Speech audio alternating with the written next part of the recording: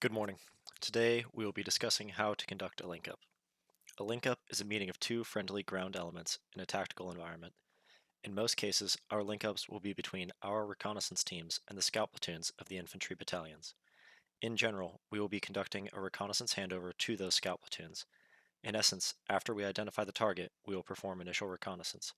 The infantry scout platoon will then arrive to relieve us, and we will move onward to begin reconnaissance of the next long-range target. The way that our teams link up with each other is therefore crucial. A link-up is a fundamentally simple operation. There are two elements in every link-up, the moving element and the stationary element. In almost all cases, the C-troop element will be the stationary element being relieved by an incoming team of the infantry battalion scout platoon that is taking responsibility for the objective. We'll circle back to the board. For now, focus on the elements involved. The stationary element remains in place with the exception of their contact point team. They maintain responsibility for the NAI until completely relieved by the moving element. The moving element is the unit moving into the area to take over responsibility for the NAI. There are two primary locations and two supplementary locations to be mindful of. The first primary location is the contact point. The contact point is the location where the two elements make face-to-face contact. In this case, the contact team of the stationary element will be making contact with the leader's reconnaissance element of the moving element. It is an identifiable terrain feature away from the NAI that allows efficient exchange and dissemination of information without risk of compromise. It is called the link-up point in U.S. Army Ranger School. The link-up rally point is the location that the two elements move to together to complete the link-up process. In this case, since the 121 Infantry Battalion team is taking over the C Troop area surveillance mission, the 121 team will be led by the C Troop team leader and SO to the C Troop team's hide site. Thus, the hide site is the link-up rally point. If the two elements were moving to a different location, then that would be the link-up rally point. It is almost always preferable to have a link-up rally point that is different from the contact point.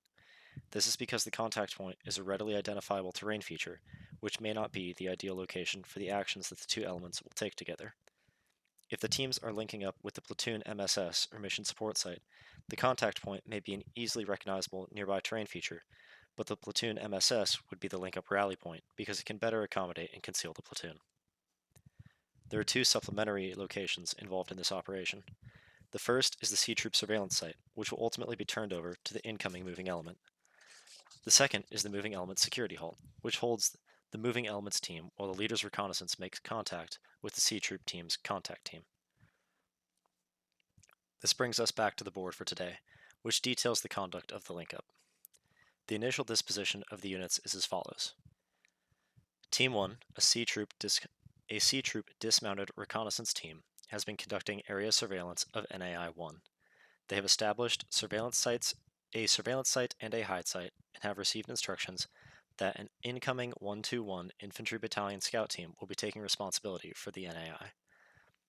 In order to facilitate the reconnaissance handover, the two teams will conduct a link-up at the contact point, exchange all relevant information, and then move to the C-Troop team hide site.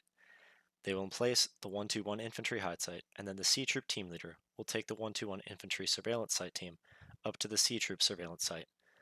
The two surveillance site teams will switch out, and the C-Troop team leader will take his surveillance site team back to the hide site, where he will reconsolidate his team and move out to the next mission. The specifics of a link-up are as follows. The C-Troop team leader determines the contact point. Ideally, this is an easily detectable terrain feature. If he believes that the hide site is far enough away from the objective that the incoming element will not compromise his hide site security, he can use the hide site as a contact point. This is not the most preferred method, and the team leader should choose the hide site as the contact point only if time is limited, the hide site is easy to locate, and the hide site cannot be observed by enemy patrols or the NAI. If these criteria are not met, a separate contact point should be used. The moving element now switches to the C-Troop platoon's frequency to conduct the link-up. This gives the C-Troop surveillance site team situational awareness of the operation. The moving element's RTO enters the net, identifies himself, and confirms the location of the contact point. The C-Troop team leader and one SO now move to the contact point. Together, the team leader and the SO are called the contact team, as they will make first contact with the moving element at the contact point. On arrival to the contact point, they mark it if necessary. They then occupy the contact point with the team leader facing the direction of the incoming unit, the SO oriented back towards the C troop hide site. Both soldiers should be in the prone, legs interlocked, utilizing tab code. They radio the moving element to confirm that they have occupied the contact point and that it is marked. The moving element has two options at this point. They can either take their full team to the contact point, which improves speed but reduces security, or they can deploy a leader's reconnaissance team forward to the contact point. In this example, they use a leader's reconnaissance team. As the moving element's leader's recon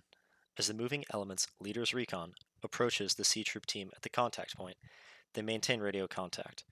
Once the moving element identifies the contact point, they radio the C troop team and inform them that they are nearby. The moving element initiates the near recognition signal and the C troop team responds. The contact team and the leader's recon establish face-to-face contact and exchange the following information at a minimum. First, the location of the link up rally point, which in this case is the hide site. Second, the number of soldiers in the moving element. And third, the time needed for the moving element to reconsolidate and move to the link up rally point. Once this information is exchanged, there are two options. If the moving element utilized a leader's reconnaissance team, then the leader's recon must return to the team and then move the entire team up to the contact point.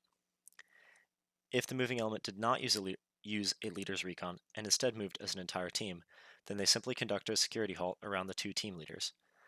In either case, once the full moving element's team is at the contact point, the team leaders of the two teams will take time to conduct a full reconnaissance handover, given that they have the added security of the full moving element's team. They exchange all relevant information regarding the NAI, the area surrounding it, and the information requirements that have been collected against. Once this handover is complete, the C troop team leader and SO lead the moving element to the link up rally point, in this case, the C troop hide site. They radio the hide site to provide far recognition and approach it after confirming near recognition. They emplace the moving element's hide site team and have the C troop SO and ARTO remain in the hide site if there is room, or they pull security nearby. Either way, the C troop SO and ARTO must be prepared to move.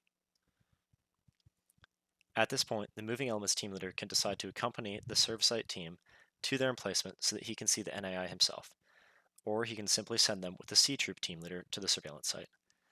Either way, the C troop team leader leaves a 5-point contingency plan, as explained in the lesson on ORPs, with the ARTO and the remaining SO.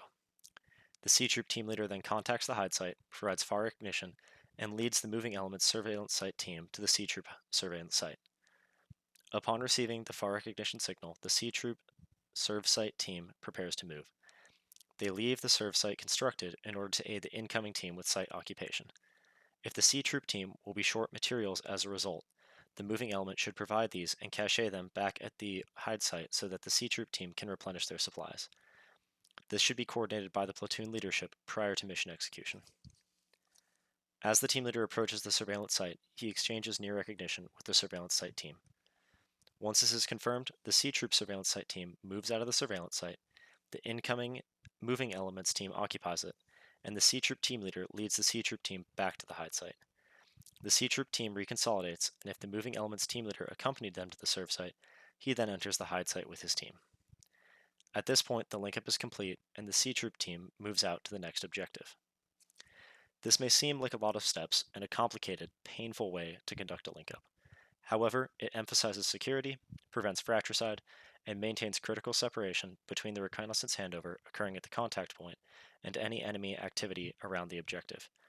This separation prevents compromising both teams and subsequently compromising the follow-on mission. In this presentation, we have covered the following: the purpose of a link-up, the terminology for moving and stationary elements, the terminology for the various locations used in a C-troop link-up, and the conduct of a link-up in which C-troop is the stationary element and an infantry battalion scout team is the moving element. A final note on link-ups. This situation will not be replicated perfectly, however, the framework still applies. Designate a contact point and a link-up rally point and approach both tactically. This will enable success regardless of the situation. The following resources were used in preparing this presentation. Send any questions or comments to charlietrooptactics@outlook.com.